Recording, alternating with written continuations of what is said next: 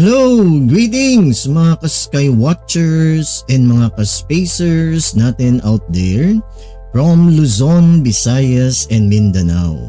And sa lahat po ng ating mga ka-Sky Watchers and mga ka-Spacers na nakatutok po ngayon sa ating live stream worldwide and netwide. Magandang gabi po sa inyong lahat. This is your ka-Sky Watcher and ka-Spacer si June Cahigal. And welcome to another live stream, astronomy live stream na naman po tayo ngayong gabi. So maganda po ang ating pag-uusapan ngayong gabi. So we will finish as much as possible itong pinag-uusapan natin mga planets of the solar system. Alright, so for tonight we will study the last two gas giant. We have Uranus and Neptune. So yan po yung ating pag-uusapan ngayong gabi. Uranus and Neptune. So bago po tayo magpatuloy sa ating live stream, astronomy live stream ngayong gabi na to, again please don't forget to like and share this video so that we can reach more people. No, lalong-lalo na po yung mga estudyante natin out there so that they would be engaged and they would be inspired to love the sciences. And don't forget to follow us on our TikTok channel and Facebook page, the Skywatcher Society of Las Piñas. And i-follow nyo rin po yung aming YouTube channel, The Science Guy Professor June Cahigal. Don't forget to subscribe and click on that notification bell. I-click nyo po yun so that you would be updated on our future videos. So bago po tayo magsimula sa ating topic ngayon gabi about Uranus and Neptune, kumusta po sa ating mga Sky Watchers na nanonood po ngayong gabi? So shout out kina Etoy Chuy. Yan, thank you for joining our live stream. Kay I Got No Enemies. Wow, okay yan, I Got No Enemies. Thank you for joining. Kay Senku, marami pong salamat. Kay Mikoy PH, thank you. Kay Enan Shop, kay Senku, ayan, kay Daddy Mac. Ayan, so Daddy Mac is one of the founders of Skygazers PH. Maraming pong salamat for joining our live stream tonight. Also si ABCD, yan, also one of the members of Skygazers PH. And si Neptune, sabi ni Neptune, ay 1781 pala. Okay, sabi ni At Zineto, yan, marami pong salamat At Zineto. Hello, good evening po, thank you. And ayan si Daddy Mac, good evening bro, live long and prosper. Okay, and shoutout din kay Miggy, pa-shoutout po sa Tarlac National, Tarlac National High School. Alright, so yan, shout out din kay Daddy Mac. Ayan, si Julius Saur. Ayan, shout out daw po. Yan, okay, shout out din kay Sasa. Yan, marami pong salamat. Ayan, and kay QT TV. Yan, thank you po sa inyo for visiting our live stream tonight. Okay, shout out kay Kaka. Yan, magandang gabi po sa ating lahat maliban sa mga flat ang mundo. Okay, ayan, alright. Ayan, okay, so siguro let's now begin with our topic for tonight about the last of the gas planets, Uranus and Neptune. Okay, so the planet Uranus was named after the Roman god of the sky. Alright, yan, Roman god of the sky. And Uranus was actually discovered accidentally by William Herschel in 1781. Alright, William Herschel discovered Uranus in 1781 by chance while he was surveying the night sky with his homemade telescope, and he noticed a faint object, a faint disk that move against the background of stars. So usually ganun naman po pag may star na nagmo-move against the background of stars yun. So that will be a planet kasi The word planet actually means wanderer. Ayan. So yung mga stars medyo fixed yan, pero there are objects that move against the background of stars. So yun siguro yung nakita ni William Herschel. Yan. And by chance, he discovered the planet after Neptune, which is Uranus. Okay, so he made this homemade reflecting telescope, and with that, he discovered by chance Uranus. And etong lady na kasama niya, sister po niya yan, that's Caroline Herschel. And malaking ambag din ang ginawa ni Caroline Herschel in the field of astronomy, kasi I think she discovered several comets. Yun po yung kanyang pinag-aralan eh. Doon siya nag-focus si Caroline Herschel sa mga comets naman. Okay, and tinulungan din niya yung kanyang kapatid si William sa kanyang astronomical work. Alright, and ito magaling si William Herschel gumawa ng telescope. Sana all. Alright, so that's how William Herschel discovered Uranus. No, while he was studying the night sky, matalas kasi yung mata niya, he noticed a faint object, that moved against the background of stars. So there mga ka-sky watchers and mga ka-spacers, so that's how William Herschel discovered Uranus, and siguro may ambag din yung kanyang kapatid na si Caroline Herschel. Alright, so some facts about Uranus. So Uranus revolves around the sun once every 84 Earth years. Grabe, siguro kung magbe-birthday kayo dyan, first birthday mo, matanda ka na. 84 Earth years. Okay, and its average distance from the sun is roughly 3 billion kilometers. Wow, grabe, layo. Alright, and Uranus was the first planet to be discovered using a telescope. Kasi noong hindi pa na-imbento yung telescope, there are only 5 visible planets, Mercury, Venus, Mars, Jupiter, and Saturn. And si William Herschel, he improved greatly on the reflecting telescope. By chance, he discovered a planet beyond Saturn, which they call it now as Uranus. And the rotational period of Uranus is about 17 hours and 14 minutes. Mabilis din, mabilis din yung rotational period ng Uranus, and that will contribute to the turbulence in its atmosphere.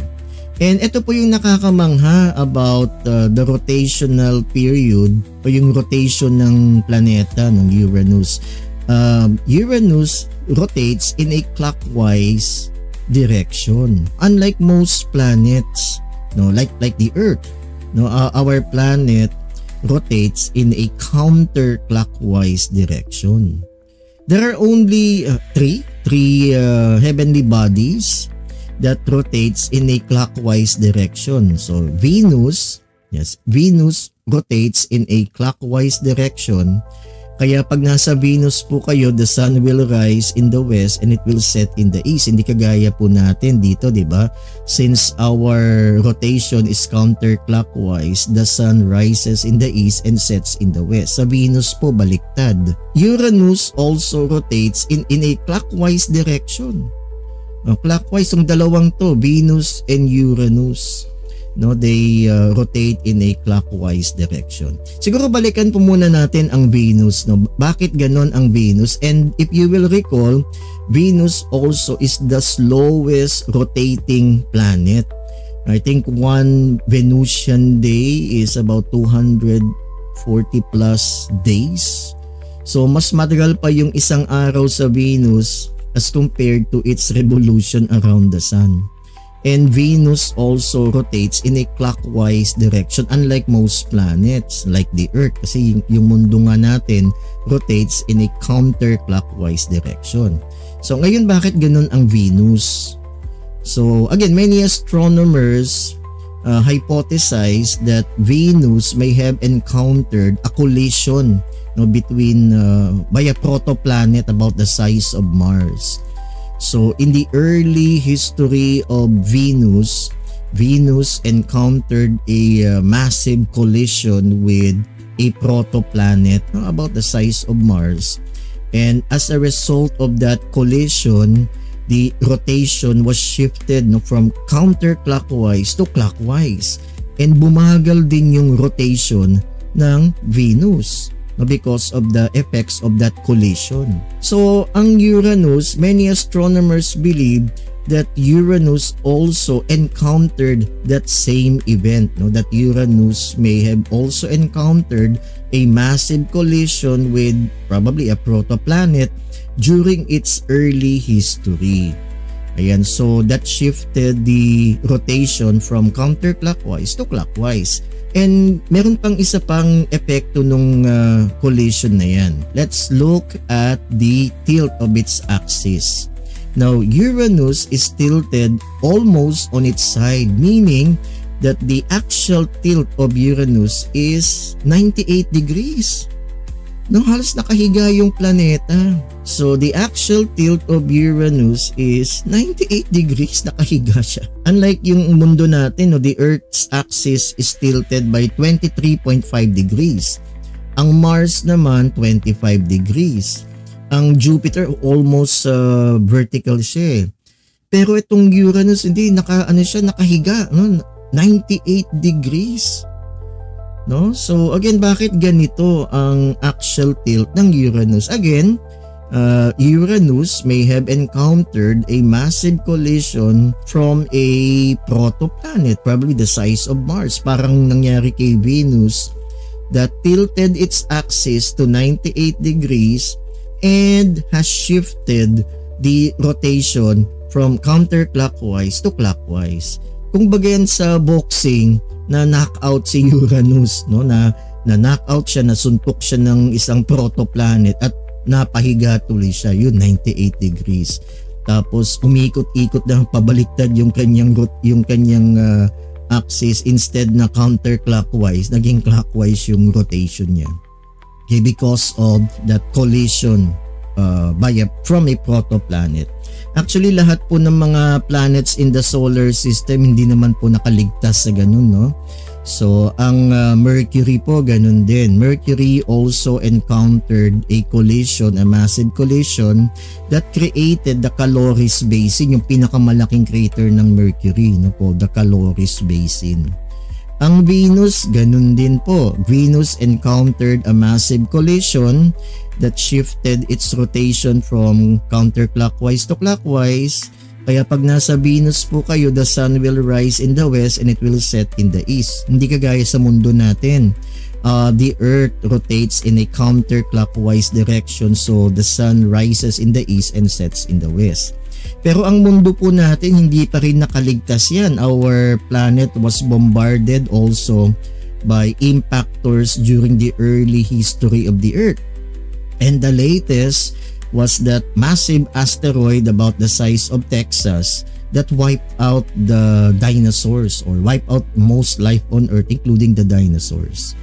Pero may nakasurvive po, di ba? Yung mga bird-like dinosaurs, yung mga descendants ng mga dinosaurs, and yung mga small mammals, no, mga kasing laki ng daga, no, they were able to survive and adapt to the changing climate at the onslaught of that asteroid collision.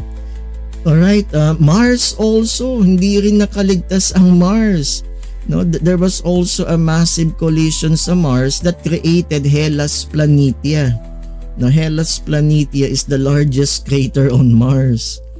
Ayan po, no. Kasi ang Mars malapit din sa asteroid belt. Jupiter also was not spared, kahit na ang Jupiter ay parang shield, di ba? Ang Jupiter parang vacuum cleaner ng solar system, di ba? Jupiter was not spared from the asteroid collision. May tumama nga sa Jupiter yung Shoemaker-Levy 9, di ba? Saturn din, no? Ganun din ang Saturn.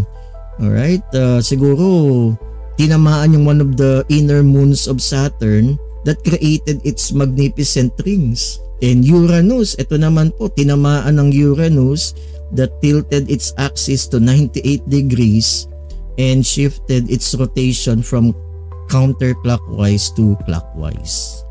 Alright, so ayan po yung history ng mga planeta. Ayan, okay guys. So tuloy po natin ang ating discussion about Uranus. So again, Uranus, the axis of Uranus is tilted by 98 degrees and the rotation of Uranus is clockwise. No, unlike most planets, no, most planets including Earth, they rotate in a counterclockwise direction. Venus and Uranus, they both rotate in a clockwise direction. Actually, isama ho natin dyan si Pluto. Pluto also rotates in a clockwise direction. Kaya lang, di ba, si Pluto hindi naman siya major planet. Alright? Okay, so again, the explanation for this is that Uranus was bombarded. No, Uranus was struck by one or more massive protoplanets in its early history, which tilted its axis by 98 degrees and reversed its spin direction. So instead of counterclockwise, naging clockwise po yung direction ng rotation ng Uranus kasi tinamaan po siya ng protoplanet or several protoplanets. Ayan po, no, so yung tilt ng axis ng Uranus is 98 degrees. No, halos nakahiga yung planeta. No, parang nung tinamaan siya ng protoplanet na knockdown, no, parang boksingero na nasuntok tapos nahimatay. Ganun po ang nangyari sa Uranus. No, unlike the Earth, ito po yung tilt ng ating axis, 23.5 degrees. And yung rotation natin is counterclockwise. No, unlike Uranus, ang direction ng rotation is clockwise. Alright, fascinating mga ka-skywatchers and mga ka-spacers. So here is an illustration of Uranus compared with the size of the Earth. So malaki talagang Uranus. And the Earth will fit into Uranus 63 times. So 63 Earths can fit into Uranus. And 64 if you relax. Get the joke.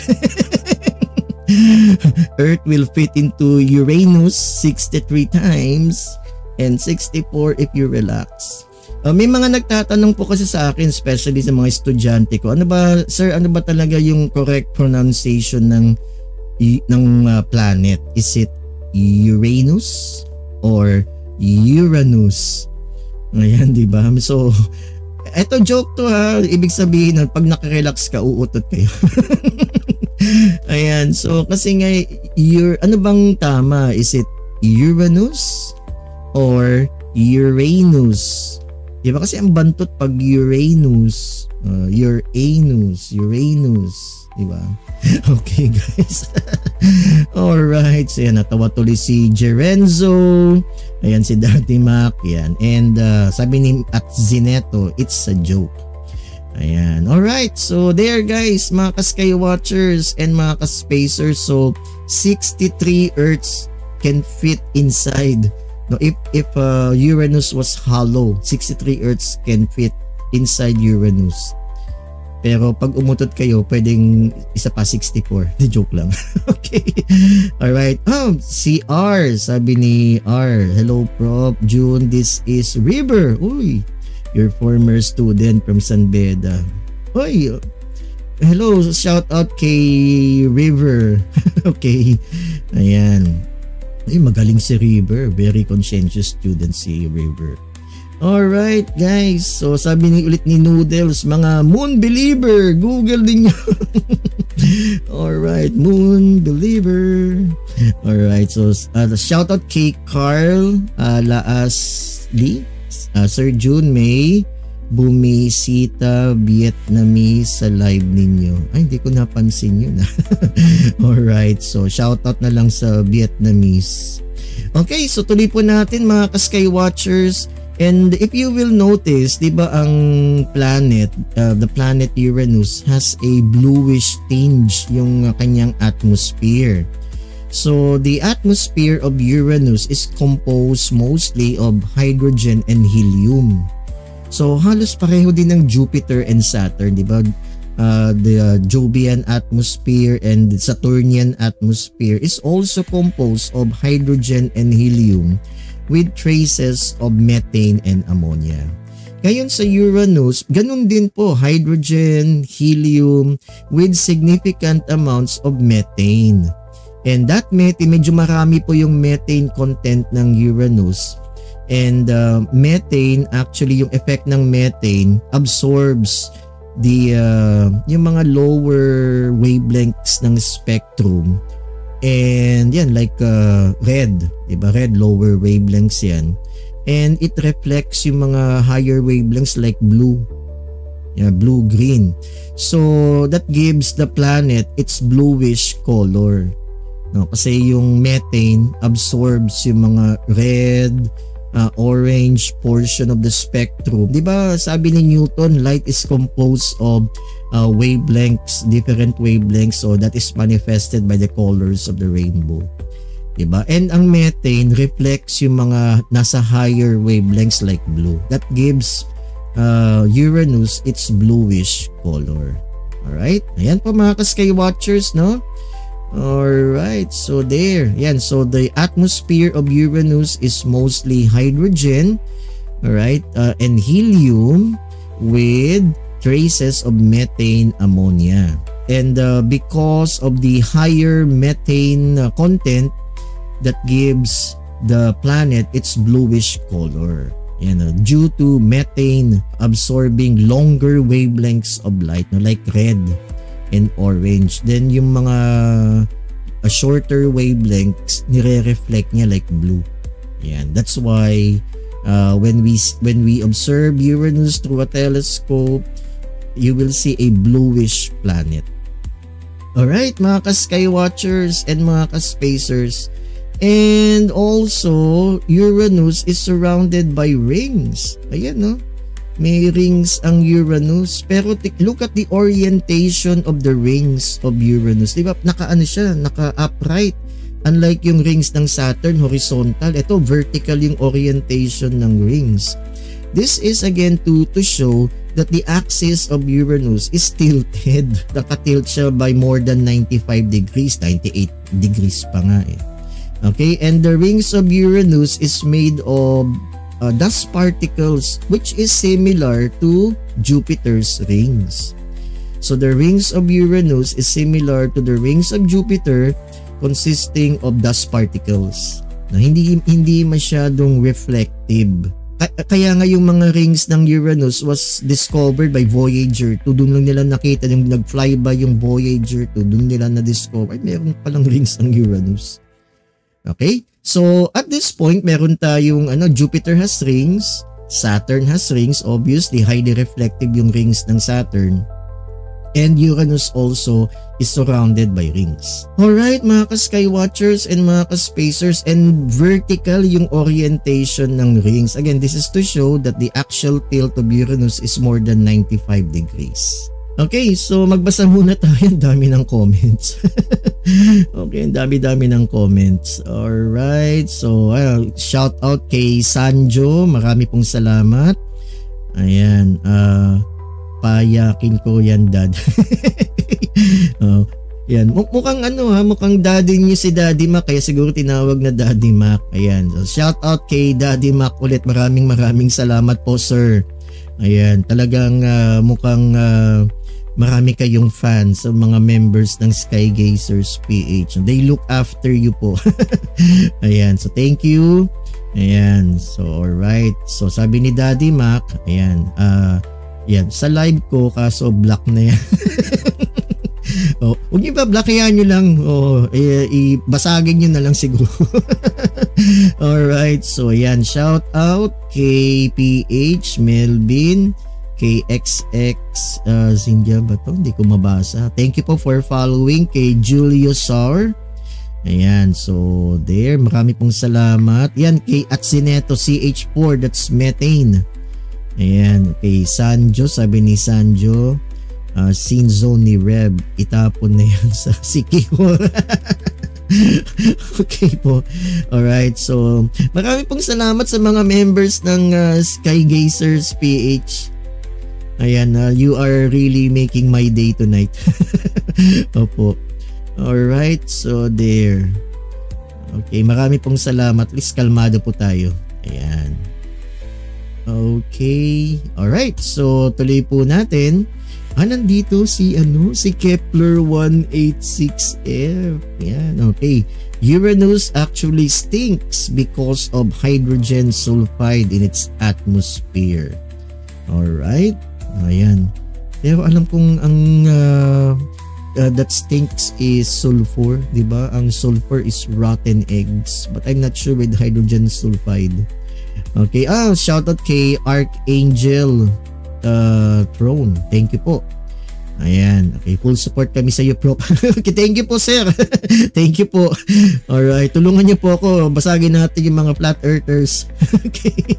Alright, so there. Ayan, so dito si 505. Ayan, curious lang po. Sabi ni Jerenzo, Uranus is cool but lost its aura dahil sa name. Kaya nga, Uranus. Uranus. Okay. Shy. Nandito pala si Shy. Wow, ang daming naliligaw daw dito. Alright, so thank you Shy for visiting. Ayan, nag-hello Shy. So ituloy na po natin yung ating pinag-uusapan about Uranus. Wala pa ho tayo sa Neptune. Okay, so these are the moons of Uranus. So Uranus is orbited by 28 moons. So ito lang po yung the five major or the 5 largest moons of Uranus. So we have Titania, Umbriel, Miranda, Ariel, and Oberon. Ayan, those are the 5 major moons. Pero Uranus is orbited by 28 moons. Ang dami din pala, no? Okay, so again, the 5 major moons are the following. We have Miranda, Ariel, Umbriel, Titania, and Oberon. And the moons are sometimes called the literary moons because they are named for Shakespearean characters. Pero itong Oberon, that reminded me, siguro, have you seen the movie Planet of the Apes? So yung kay, I forgot the actor. Hindi yung una yung remake ng Planet of the Apes. Yung spaceship nila, ang tawag ata ay Oberon, I think. Ayan, no? Alright, and tama si Mr. Atzineto, no? Sabi niya, Titania is the biggest. Ayan, no? Alright, so there, So these are the 5 major moons. Okay, so Oberon, ayan, heavily cratered. Again, these were the photos taken by Voyager 2. Voyager 2 yung nagpatuloy ng grand tour of the solar system. Yung Voyager 1, after visiting Saturn, lumabas na siya ng solar system. Ayan, so here's Oberon, that's heavily cratered. This is Titania, tama si Atzineto. Titania is the largest moon. Yan, and it's also heavily cratered. Ayan po. Again, these are photos taken by Voyager 2. Alright, this is Umbriel. Yan, dark, cratered din. Ayan, and talaga makikita nyo na binombard talaga itong mga buwan na ito ng mga, mga impactors. Yan, this is Ariel. That's also heavily cratered. Ayan, no? Alright, so there, and this is Miranda. Medyo unusual ito kasi yung mga grooves, malalalim yung mga grooves ng Miranda. Ayan, yung mga oval grooves na yan. Okay, siguro during the early history of Miranda, baka geologically active siya. No, so yung mga grooves na yan, hindi yan result ng asteroid or meteorite impacts. So many astronomers believe na yung mga grooves na yan were caused by internal heat, kung meron man, ng Miranda. Okay, geologic activity, na baka may geologic activity in the early history of Miranda that created those groove patterns. Alright, mga ka-sky watchers and mga ka-spacers, so there, no, yan yung mga, yun ang 5 major moons ng Miranda, ng Uranus. But again, Uranus is orbited by 28 moons. Ayan, alright. Okay. Ayan guys, mga ka-Skywatchers, so mamili na kayo kung anong gusto nyong ipapangalan ninyo sa inyong mga anak. Diba? Okay, pwedeng Miranda, yan, pag babae, magandang pangalan yan, Miranda, or Ariel, yan, di ba? Okay, Oberon pag lalaki, or Umbriel pag lalaki. Okay guys, alright, so that's about it for Uranus. Ayan, so sabi ni Julius R. Noodles po, magandang pangalan. Noodles. Aray ko po. Okay. Ayan. Thank you Julius Sars. Magandang pangalan yan. No, sabi ni Marikit, ramen. Okay. Aray ko. Alright. Thank you po. Alright guys. So sige, punta na tayo sa last of the major planets in our solar system. Let's talk about Neptune. Okay, Neptune, the planet was named after the Roman god of the sea. Ayan, Roman god of the sea. Ang Greek counterpart ni Neptune is Poseidon, di ba, in Greek mythology. So there, and here is an illustration of Neptune compared with the size of the Earth. Ayan, so Neptune was discovered by Urbain Le Verrier and John Couch Adams. Actually, ang discovery ng Neptune hindi siya talaga telescopic, no? It was predicted by these astronomers na may planet beyond the orbit of Uranus. And they predicted that mathematically. With regards to its revolution around the sun, Neptune takes about 165 Earth years, guys. Wow. Wala, hindi ka na magpa-first birthday dyan pag nandun ka. Mamatay ka na. You will live beyond your lifespan, di ba? Alright, and Neptune has a rotation period of about 16 hours. Ayan, mga ka-Skywatchers. Wow. Okay. And also, Neptune as an ice giant, it has a thick atmosphere of hydrogen, helium, and methane. So, halos ganun din po sa Uranus. So, medyo may pagka-bluish yung kanyang atmosphere because of the high amount of methane. Alright? And as discovered by Voyager 2, Neptune has the most powerful winds in the solar system.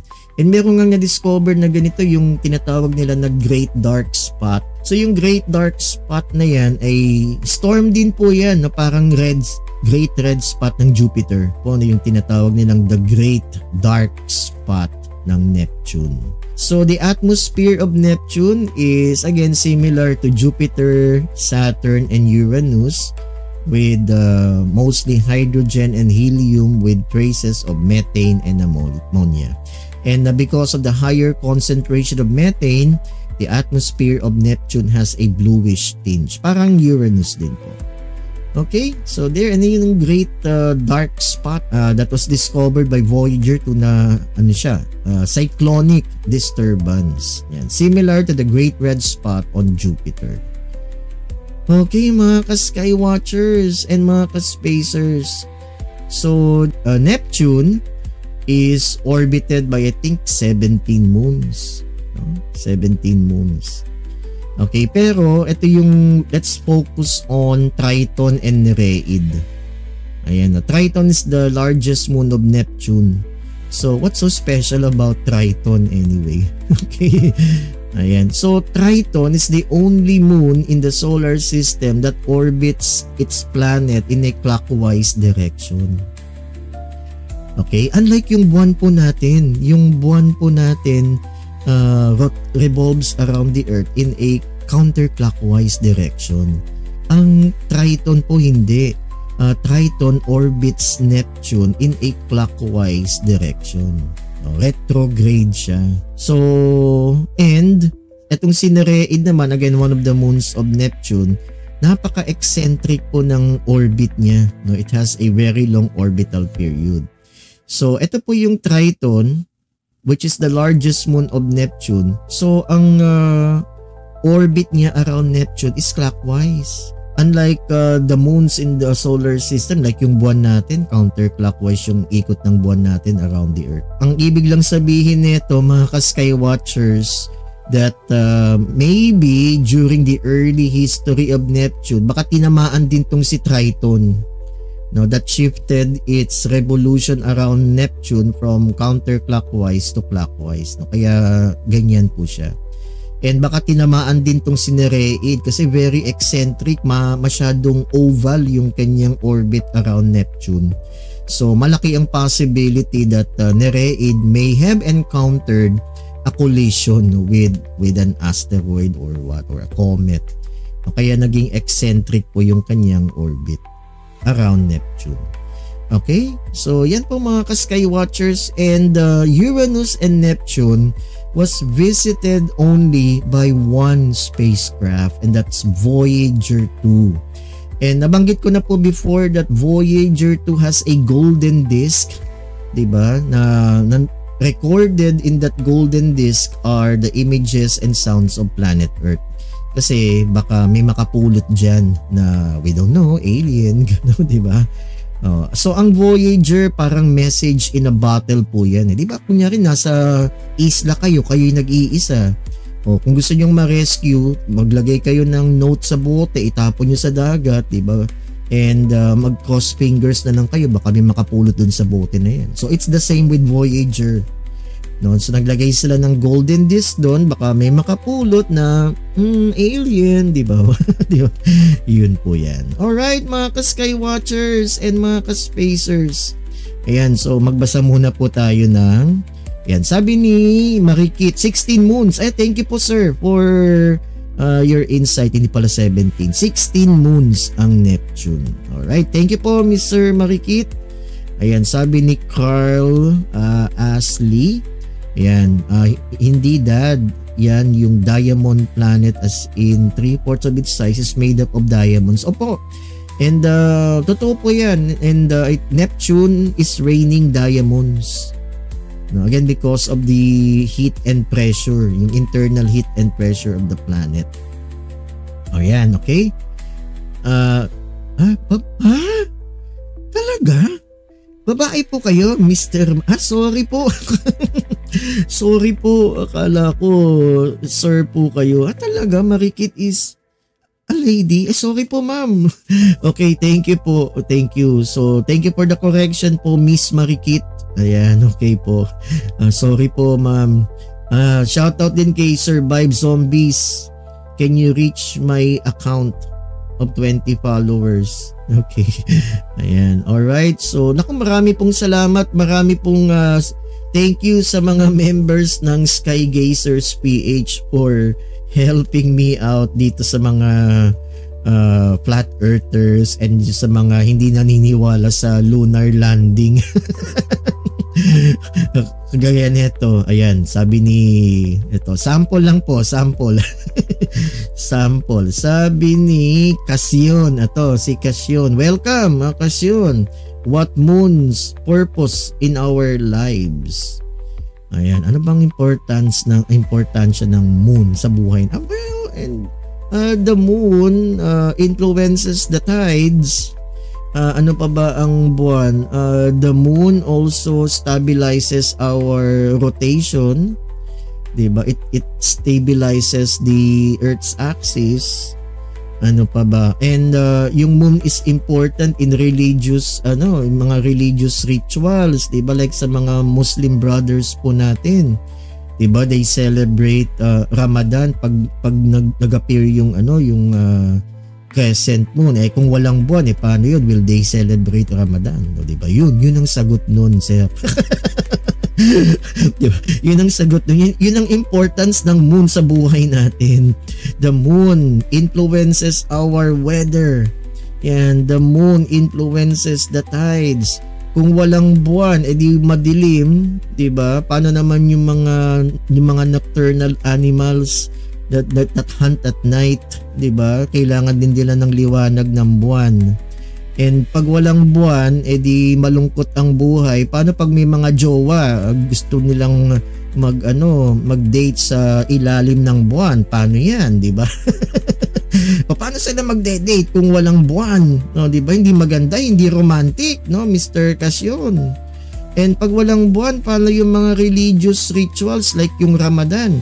And even Easter po.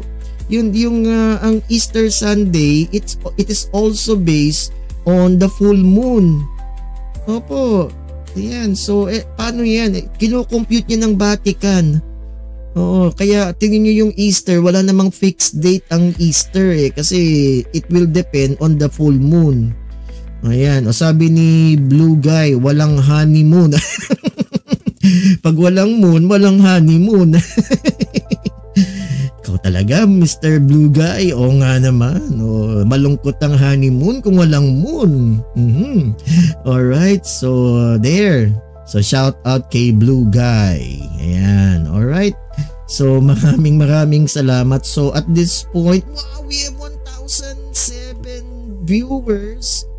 Saka 17 live viewers. Naku, marami pong salamat. Shout out again kina Daddy Mac, kay Julius R, kay Atzineto, kay Carl Aavlu, yan kay Scene Zone ni Reb, kay PH Melvin, kay Cutie TV, kay Demosthenes, kay Sanjo, kay CJ, kay Nuts, kay Del, kay Naid, kay Putingting at Ulingling. Yan kay Alimpungatan. Yan, marami pong salamat. And kay Miss Marikit. Sorry po Miss Marikit. I didn't realize that you're a lady pala. Ayan, kay Miss Marikit. Maraming salamat po. Alright, so ganun guys. So marami pong salamat. Siguro magla-live ako about yung importance nga ng buwan sa buhay natin. Pero nasagot ko na di ba? Kung walang buwan, walang honeymoon. O di ba? Kung walang buwan, di walang religious rituals, o walang tides. O paano yung mga nocturnal animals? Ayan. Sabi ni PH Melvin, ako naniniwala ako dito, sir. The moon influences many women. Lalo na pag full moon. Ano kaya nangyayari sa mga kababaihan natin pag full moon, no? Medyo di ba? And yung mga di ba? Kaya nga dun guys nakuha yung term na lunatic. Alam niyo ba yon? Lunatic, yung medyo may ano bang ibig sabihin ng lunatic? Di ba yung may sayad gano'n? Di ba pag full moon, di ba may baka mag-iba yung ugali, gano'n, di ba? Doon kinuha yung word na lunatic, guys. Di ba? Luna, moon, lunatic, gano'n. Di ba?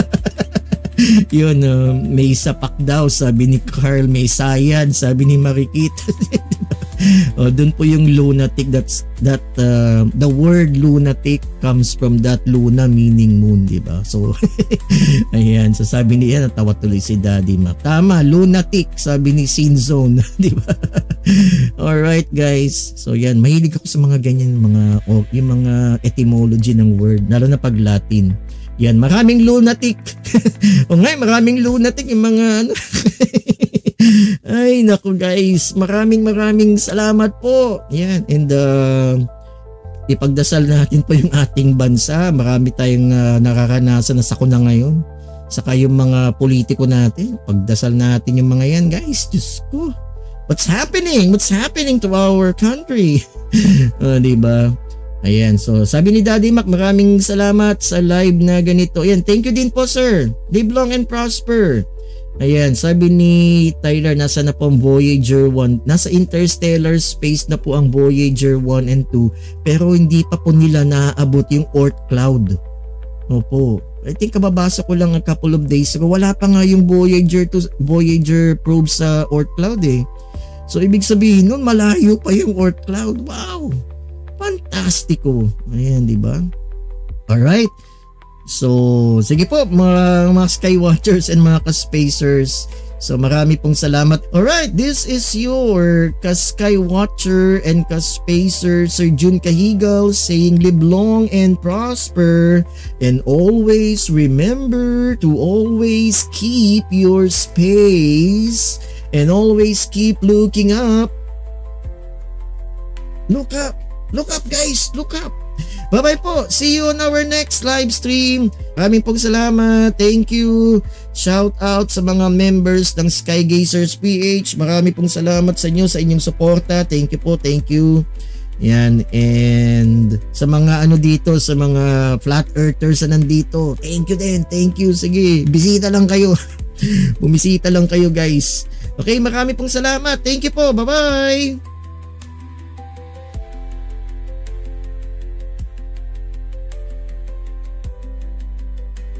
Yan, sabi ni Mr. RJ Ramos. Hi, Prof. Thank you. Yan, bye-bye. Serenjo, thank you po. Thank you, Daddy Mac. Maraming po salamat. Thank you.